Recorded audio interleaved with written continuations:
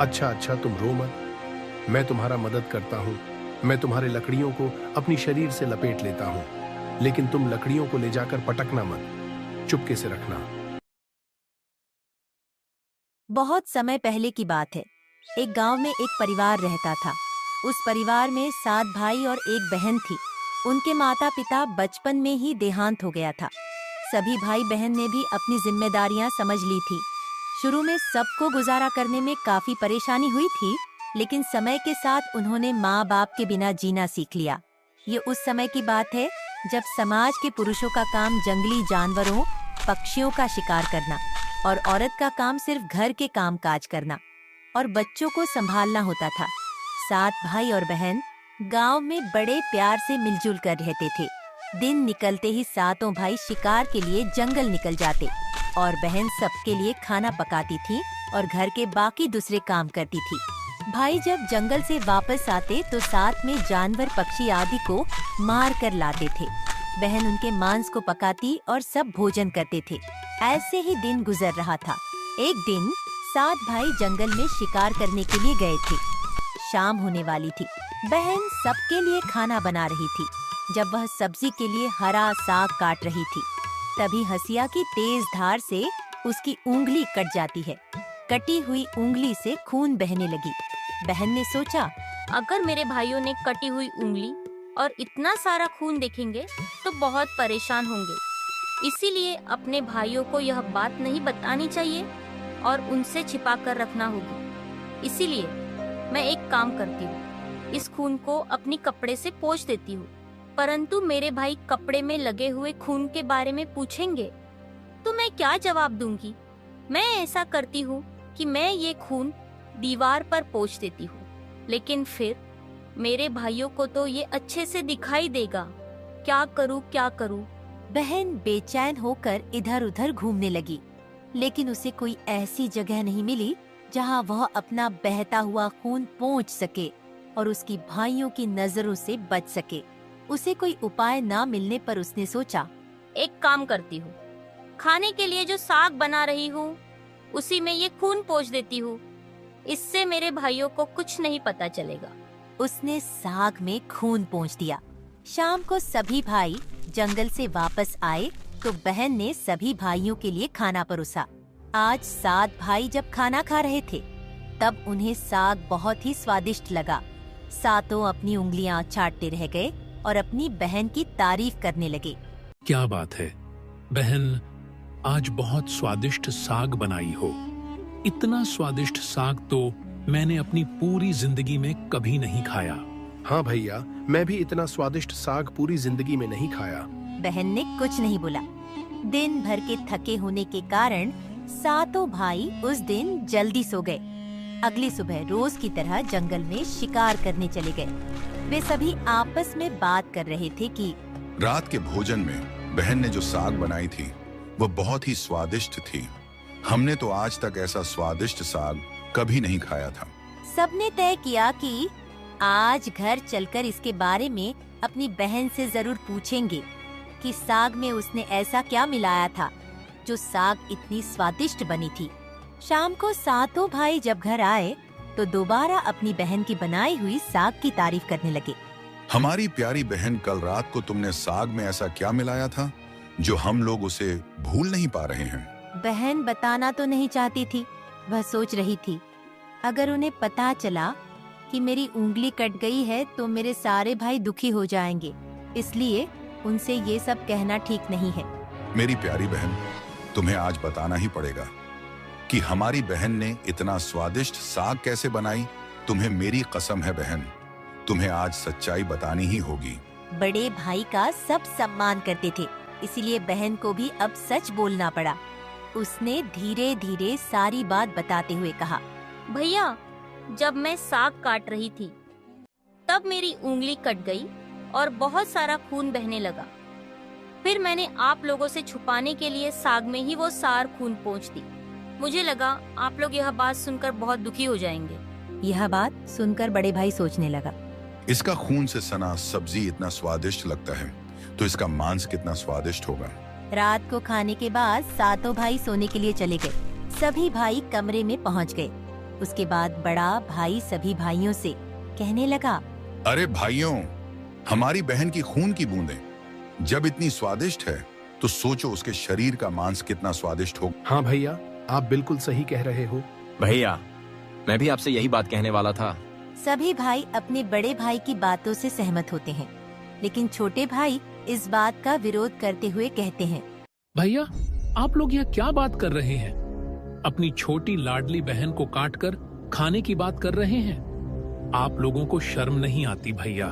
अरे छोटे, तुझे कितनी बार कहा है, जब दो बड़े आपस में बात कर रहे होते हैं तो छोटे का बोलने नहीं चाहिए।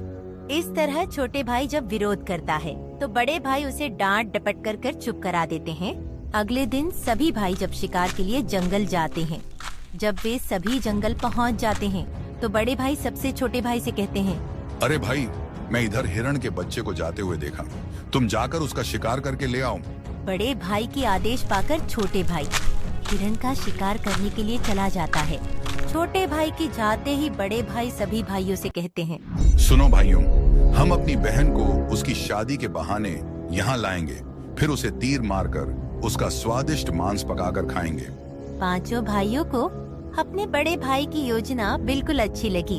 शिकार करने के बाद सभी भाइयों ने मिलकर एक टिले पर बांस का एक चबूतरा बनाया। उनकी योजना यह थी कि बहन को भला फुसलाकर यहाँ लाएंगे और तीर मारकर अपनी बहन की हत्या कर देंगे और यही उसका स्वादिष्ट मांस पकाकर खाएंगे। अगले दिन बड़े भाई ने अपनी बहन से कहा, मेरी प्यारी बहन, अब तुम बड़ी हो गई हो और शादी के लायक हो गई हो, तो मैंने तुम्हारे लिए एक सुंदर से वर की तलाश की है और हम उसको देखने के लिए जा रहे हैं, इसलिए तुम भी जल्दी तैयार हो जाओ और हमारे साथ चलो। बहन शादी की बात से बहुत खुश हो गई। वह तुरंत तैयार हो गई और भाइयों के साथ जाने लगी। चलते चलते जब बहन थक गई तो बड़े भाई से पूछने लगी, भैया, मैं चलते चलते थक गई हूँ, मेरा ससुराल अब भी कितना दूर है? बहन, बस अभी कुछ देर में पहुँचने वाले हैं। टीले पर पहुंचते ही बड़े भाई ने अपने छोटे भाइयों से बोला, बहन को टीले पर खड़ा करके उसको रस्सी से खंबे के सहारे बांध दो। बड़े भाई का आदेश पाकर सभी भाई मिलजुल कर बहन को बांधने लगे। बहन को कुछ समझ नहीं आ रहा था कि उनके भाई ऐसा क्यों कर रहे हैं। तभी उसके छोटे भाई बड़े भाई से कहते हैं, मैं आपसे हाथ जोड़कर विनती करता हूँ भैया, आप बहन को मत मारो। छोटे भैया, आप ये क्या कह रहे हो? भला मुझे बड़े भैया लोग क्यों मारेंगे? तब छोटे भाई ने बहन को सारी बात बताई। यह सुनकर बहन के पैरों तले जमीन खिसक गई। अपने सभी भाइयों को हत्यारे के रूप में देखकर बहन का हृदय हाहाकार करने लगा। वह समझ नहीं पा रही थी कि इतना प्यार करने वाले भाई आज मुझे मारने जा रहे हैं। वह ईश्वर को याद करते हुए बोली, भगवान, अब तुम ही मेरे सहारा हो। मेरे छायो भाई मेरी हत्या करना चाहते हैं। इनमें से कोई ऐसा नहीं है जिसके दिल में मेरे लिए दया और प्रेम हो। अपनी बहन की बातें सुनकर सातवां भाई द्रवित हो उठा। बहन की पुकार पर वह तड़प कर रह गया, परंतु उसे 6 बड़े भाइयों को रोकने का साहस नहीं हुआ। बहन को निर्ममता से बांधने के बाद बड़े भाई ने सबको बारी बारी से उस पर तीर से प्रहार करने का आदेश दिया। बड़ा भाई सबसे पहले हाथों में धनुष लेकर जब अपनी बहन पर प्रहार करने को हुआ, तब बहन भाई के सामने हाथ जोड़कर कहने लगी, मारो भैया, छाती में लक्ष्य करके मारो। भैया, छाती में लक्ष्य करके मारो। मारो भैया, मारो भैया, छाती में लक्ष्य करके मारो। बड़े भाई ने कठोरता दिखाते हुए तीर चलाया, पर उसका निशाना चूक गया और वह तीर दूर जा गिरा। उसके बाद अब दूसरा भाई तीर मारने को तैयार हुआ। बहन ने उसके आगे भी हाथ जोड़कर वही बात बोली, मारो भैया, मारो भैया, छाती में लक्ष्य करके मारो। भैया, छाती में लक्ष्य करके मारो। मारो भैया, मारो भैया, छाती में लक्ष्य करके मारो। इसी तरह एक एक करके सभी भाइयों ने बारी बारी से बहन की छाती में लक्ष्य करके तीर मारने की कोशिश की, परंतु बहन हर बार यही बात कहती रही। 6 भाई तीर मारने में असफल रहे। अब 7वें भाई की बारी थी। सभी भाई छोटे भाई के पास गए। बड़े भाई ने छोटे भाई से कहा, छोटे, अब तू निशाना लगा। नहीं भैया, मैं निशाना नहीं लगा सकता। मैं अपनी बहन को नहीं मार सकता। देख छोटे, अगर तुम निशाना नहीं लगाओगे या तुम्हारा निशाना चूक गया तो हम सभी भाई मिलकर बहन के साथ साथ तुम्हें भी मार देंगे। बहन ने छोटे भाई की जान के बदले में अपनी जान न्यौछावर करने और अपने छोटे भाई को बचाने का निश्चय किया और कहा, मारो भैया, छाती में लक्ष्य करके मारो भैया, छाती में लक्ष्य करके मारो। तुम्हारा तीर मेरे छाती में लग जाए। मारो भैया, मारो भैया। छोटे भाई ने रोते रोते तीर चलाया और उसका तीर बहन के छाती में जा लगा। वह दर्द से तड़प उठी। कुछ देर छटपटाने के बाद उसके प्राण निकल गए। छोटा भाई बहुत ही दुखी था। वह अपने अंदर घुटकर भाई ने मिलकर अपनी बहन के शरीर को नीचे उतारा। छयों भाइयों ने मिलकर बहन के शरीर को टुकड़ों में काटने लगा। छोटा भाई वहाँ पर आया और कहने लगा, मेरे बहन के शरीर को मत काटो, मेरे बहन के शरीर को मत काटो। बड़ा भाई ने सोचा, इसको यहाँ से हटाना पड़ेगा। हाँ, इसको लकड़ी के लिए भेज देता हूँ, वह भी छोटा सा रस्सी देकर। फिर देखता हूँ कैसे लकड़ी लापता है। फिर यह जंगल की तरफ उलझ कर रह जाएगा। फिर हम आराम से बहन के शरीर को टुकड़े टुकड़े कर पाएंगे। सुन छोटे, ये रस्सी लेकर जा और बहुत सारी लकड़ियां जल्दी लेकर आना। अगर लकड़ियां नहीं ला पाया तुझे भी मारकर पकाकर खा जाएंगे। अब छोटा भाई जंगल की तरफ चला जाता है और लकड़ियां इकट्ठा करने लग जाता है। कुछ ही देर में उसने बहुत सारी लकड़ियां इकट्ठा कर ली। अब उसने सारी लकड़ियों को बांध कर लाना चाहा, पर उसके बड़े भाई ने उसे बहुत छोटा सा रस्सी दिया था, जिसकी वजह से वह लकड़ियों को बांध नहीं पा रहा था। फिर वो उसी जगह बैठकर रोने लगा। तभी उसके सामने एक नाग सांप आया और कहने लगा, तुम क्यों रो रहे हो? मुझे बड़े भाई ने बहुत सारी लकड़ी लाने को कहा है और रस्सी बहुत छोटी सी दी है। अगर मैं यह सारे लकड़ियां नहीं ले गया तो मेरे भाई मुझे जान से मार डालेंगे। अच्छा अच्छा, तुम रो मत। मैं तुम्हारा मदद करता हूँ। मैं तुम्हारे लकड़ियों को अपनी शरीर से लपेट लेता हूँ, लेकिन तुम लकड़ियों को ले जाकर पटकना मत, चुपके से रखना। फिर सांप ने लकड़ी को अपने शरीर से लपेट लिया। फिर छोटा भाई लकड़ी लेकर के आ गया। छोटा भाई बड़ा भाई के पास गया तो बड़ा भाई ने कहा, तू इतनी जल्दी कैसे आ गया? तुझे तो मैं लकड़ियां लाने के लिए भेजा था ना। बड़े भैया, मैं लकड़ियां ले आया हूँ। बड़े भाई ने देखा तो सच में छोटे भाई ने बहुत सारी लकड़ियां ला ली थी। बड़े भाई ने सोचा, ये तो फिर से काम करने नहीं देगा, इसको और किसी काम में उलझाना पड़ेगा। इसको मैं छेद वाला मटका दे देता हूँ और पानी लाने के लिए कहता हूँ। फिर देखता हूँ छेद वाला मटका में कैसे पानी ला पाता है। ये तुम उस मटकी को ले जाओ और नदी से पानी लेकर आओ। अगर तुम मटके से पानी नहीं ला पाओगे तो मैं तुम्हें मार डालूंगा। भैया, पर इस मटके में तो 4 छेद है। छेद वाले मटके से मैं कैसे पानी ला पाऊंगा? मैं कुछ नहीं जानता, तुम्हें इसी मटके से पानी लाना होगा। फिर छोटा भाई नदी की तरफ चले जाता है। वह नदी पर जाकर रोने लगता है। कछुआ नदी से बाहर आता है। तुम रो क्यों रहे हो? मेरे बड़े भाई ने मुझे इस छेद वाले मटके से पानी लाने के लिए कहा है। मैं छेद वाले मटके से कैसे पानी ले जाऊं? मैं तुम्हारी मदद कर सकता हूँ। मैं तुम्हारे मटके में घुसकर छेद वाले जगह में चिपक जाता हूँ, जिससे पानी बाहर नहीं आएगा और तुम आराम से पानी ले जा सकते हो। कछुआ मटकी में घुसकर छेद वाले जगह पर चिपक जाता है। फिर छोटा भाई नदी से मटके में पानी भर लेता है। पानी भरते समय 2 मछली और एक केकड़ा पानी के साथ मटकी में घुस जाता है। छोटा भाई पानी लेकर आता है तो देखता है उसके बड़े भाई लोग बहन के मांस को बड़े शौक से पका रहे थे। वह सोचने लगा, ये लोग बहन का मांस पका रहे हैं। पकाने के बाद सभी लोग खाएगा और मुझे भी खाने के लिए बोलेगा, लेकिन मैं अपनी प्यारी बहन का मांस नहीं खा पाऊंगा, और अगर नहीं खाऊंगा तो अन्य भाई मुझे जान से मार देंगे। अब मैं क्या करूं? तभी उसे मटकी में 2 मछली और केकड़ा दिखाई देता है। वह चुपके से बनते हुए मांस में अपने साथ लाई मछलियाँ और केकड़े कड़ाही में डाल दिए और अपना खाने का जुगाड़ कर लिया। जब चावल और मांस तैयार हो गया तो छोटे भाई ने पहले ही अपने बैठने के स्थान पर एक छोटा सा गड्ढा खोद लिया था। जब सभी लोग खाना खा रहे थे तब सबसे छोटे भाई ने अपनी बहन की मांस को चुपके से उस गड्ढे में डाल दिया और मछली चावल खाने लगा। जब सभी लोग बहन की मांस खाता छोटा भाई मछली की मांस खाता। जब सभी लोग बहन की हड्डी को खाता तो छोटा भाई केकड़े को खाता।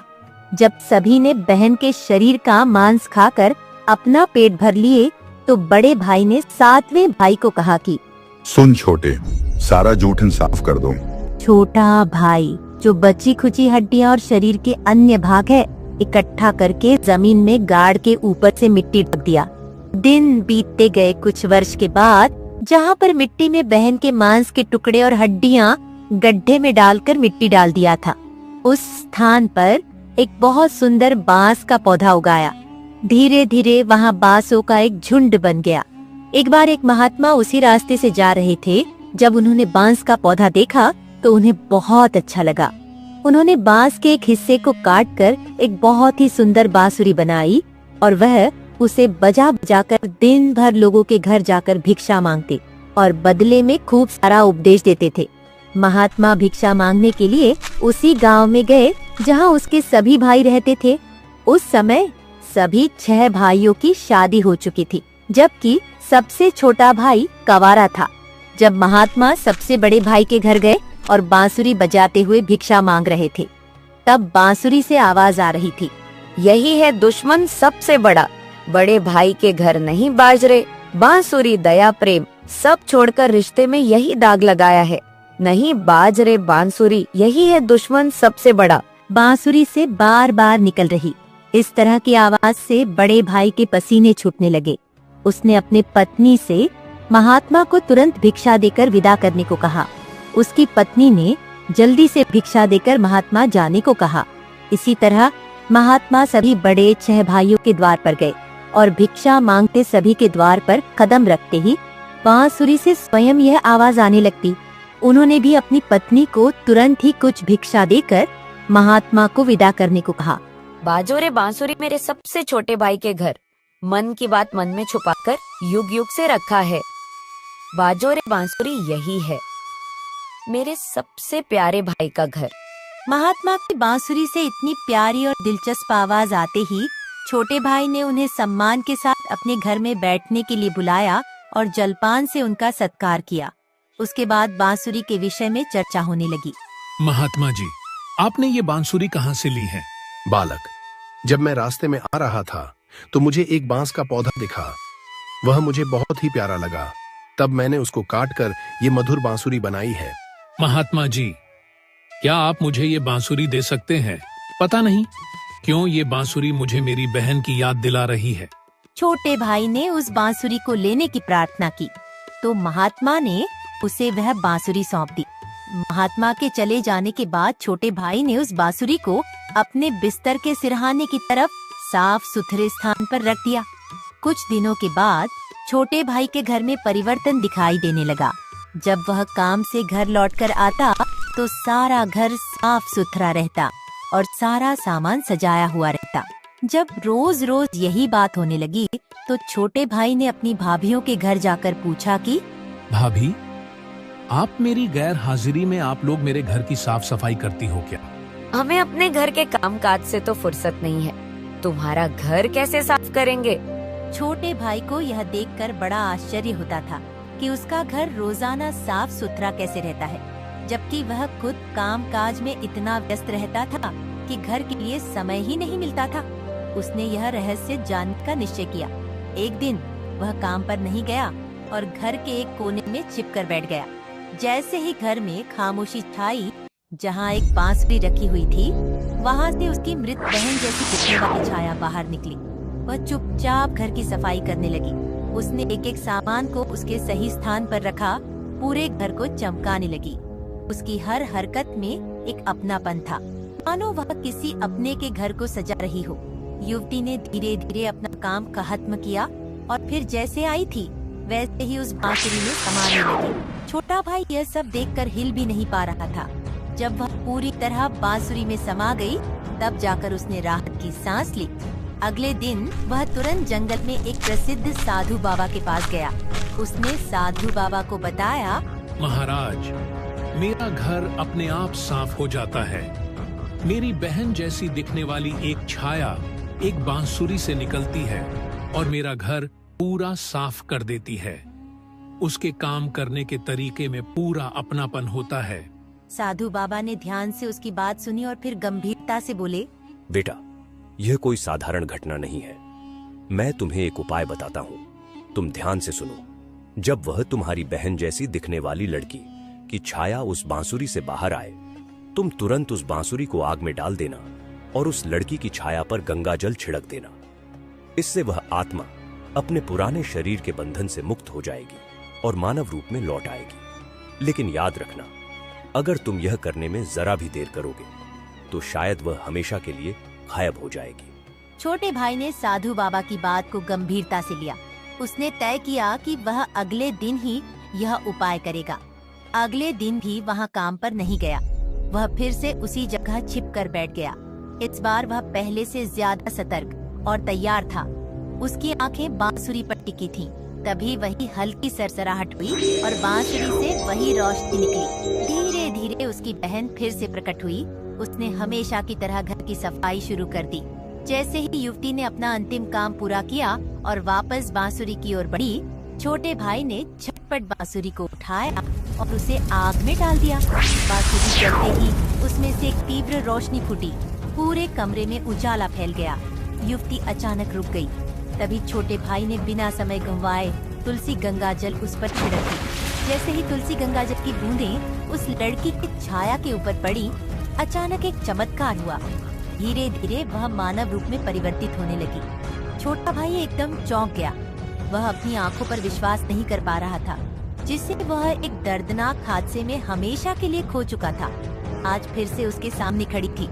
आंसुओं की धारा उसकी आंखों से बहने लगी। वह अपनी बहन से लिपट गया। बहन भी भाई के गले से लिपटकर जोर जोर से रो पड़ी।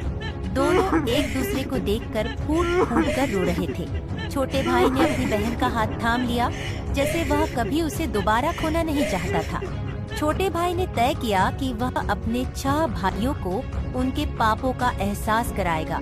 छोटे भाई ने पूरे गांव वालों को इकट्ठा किया। उसके चेहरे पर दर्द और आंखों से आंसुओं की धारा बह रही थी। उसने कांपती आवाज में कहना शुरू किया, आज मैं आप सभी को एक बहुत बड़ा सच बताने जा रहा हूँ। एक ऐसा सच जिसे सुनकर आपके रोंगटे खड़े हो जाएंगे और आपको अपने ही परिवार से भरोसा उठने लगेगा कि कोई अपनों के साथ भी ऐसा कर सकता है। लेकिन मैं ऊपर वाले से यही दुआ करता हूँ कि ऐसा किसी के साथ न हो। फिर छोटे भाई ने बताना आरंभ किया, मेरी बहन जो वर्षों पहले मर चुकी थी, उसकी मौत कोई हादसा नहीं थी, बल्कि मेरे अपने ही 6 भाइयों ने उसे शादी का झांसा देकर जंगल में ले गए और मेरे ही हाथों बहन की हत्या करवा दी। इतना ही नहीं, उन्होंने उसके शव के टुकड़े कर उसके मांस को पकाकर खा भी लिया। इतना सुनते ही गांव वालों की सांसें थम सी गईं। फिर छोटा भाई बोला, लेकिन पता नहीं ये ईश्वर का कैसा चमत्कार है। मेरी बहन जो वर्षों पहले इस हादसे का शिकार हुई थी, वो आज भी हम लोगों के बीच बिल्कुल सही सलामत खड़ी है। इतना बोलकर छोटे भाई ने अपनी बहन को आवाज दी, आओ बहन, सबके सामने आओ। बहन धीरे धीरे आगे बढ़ी। जब वह सबके सामने आई तो उसे देखकर सभी की आंखें फटी की फटी रह गईं। किसी को भी अपनी आंखों पर यकीन ही नहीं हो रहा था कि जो लड़की वर्षों पहले मर चुकी थी, वो आज उन सबके सामने खड़ी है, बिल्कुल वैसे ही जैसे पहले थी। किसी को भी इस चमत्कार पर भरोसा नहीं हो रहा था, लेकिन सच तो यही था कि उसका पुनर्जन्म हुआ है। गांव वालों को छोटे भाई की बातें सुनकर और उसकी बहन पर हुए अत्याचार को देखकर सभी की आंखें नम हो गईं। बहन के पुनर्जन्म की बात जब 6 भाइयों तक पहुंची, तो मानो जैसे उनके पैरों तले जमीन खिसक गई हो। इधर गांव वाले आपस में बात कर रहे थे कि इन दरिंदों को समाज में रहने का कोई अधिकार नहीं, जो अपनी ही बहन को मारकर खा सकते हैं। वो गांव भला इन राक्षसों से कैसे सुरक्षित रहेगा? हमें अभी इन राक्षसों को गांव से बाहर कर देना चाहिए। अब लोगों का गुस्सा 7वें आसमान पर था। गांव के बड़े बुजुर्गों ने विचार किया कि हमें इन पापियों को सजा देना ही होगा। अगर आज इन्हें छोड़ दिया गया तो पता नहीं आए दिन ये किसके लिए कब और कैसी मुसीबत बन जाए। तभी बड़े बुजुर्गों का आदेश पाकर गांव के कुछ लोग 6 भाइयों के घर गए और उनको घसीटते हुए सभी के सामने ले आए। डर के मारे सभी भाइयों की हालत बहुत ज्यादा खराब हो चुकी थी। अब गांव वालों ने फैसला सुनाया कि इन दुराचारियों को लाठियों और डंडों से पीटते हुए गांव की सीमा तक छोड़ा जाए और याद रहे, आज के बाद ये कभी भी इस गांव में दिखाई नहीं देना चाहिए। इतना सुनते ही 6 भाई गांव वालों के सामने गिर गिराकर अपनी जिंदगी की भीख मांगने लगे। लेकिन उनकी काली करतूतों को जानकर किसी को भी उन पर दया नहीं आई। यहाँ तक कि उनकी पत्नियां भी उनकी घिनौनी हरकतों को जानकर उनको हमेशा के लिए छोड़कर अपने मायके चली गईं। इधर लोगों की आंखों में गुस्से की ज्वाला भड़क रही थी। अब 6 भाइयों को लग रहा था कि आज उनकी जिंदगी का आखिरी पल है और अब उन्हें बचाने के लिए कोई आगे नहीं आएगा। ये सब सोचकर उनका रो रो कर बुरा हाल हो गया था।